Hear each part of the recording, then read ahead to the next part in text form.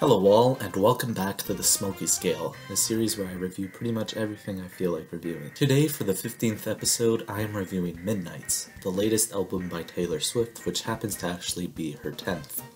This will include the songs included on the 3 AM edition as well. Now, I'm not particularly a big fan of her works, but I do enjoy certain songs from her, and there are definitely a few songs off of this album which I enjoyed among some I thought were terribly generic.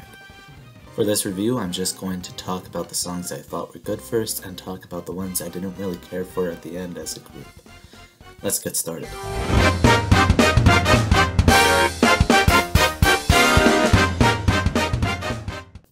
The first track, Lavender Haze, caught my attention straight away with a very calm, soothing but flowy beat and a great vocal performance by Taylor with some catchy lyrics.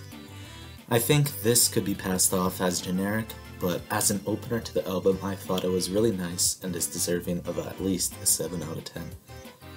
The third track, Anti-Hero, is one of my favorites off the album and has a very nice varied instrumental that plays nicely alongside Taylor's vocals and lyrics.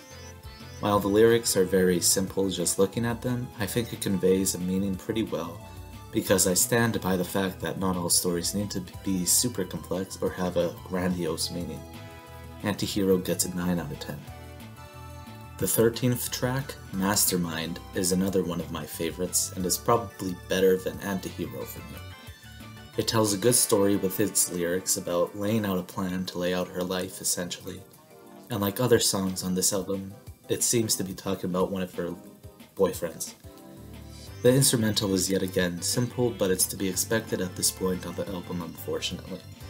Mastermind gets a 10 out of 10. The 16th track, Paris, is an honorable mention of mine, because it's yet another soothing, calming, yet energetic track on Midnights, with catchy lyrics, and it offers various range of vocals from Taylor. Paris gets a 7 out of 10. Anyways, that is all for the tracks I thought were worth even mentioning of my favorites. Let's take a look at the final rating.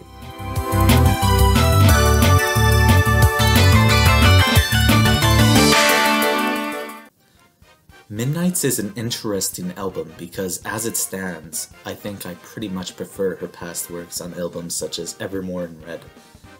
The reason for that is because a lot of the tracks feel either generic or samey to me, with not much going on, and sometimes I even struggle to make out whether I was still on the same track or not when a new one came on. It 100% has its highs, but when its lows come on, it makes it more clear that the album could have been better, because in my opinion, it makes for pretty good sleeping music. Midnights gets a rating of 60% on the Smokey scale. What did you think of Midnights? Did you like or did you hate it? Let me know in the comments below. Anyways, that's about it. See ya.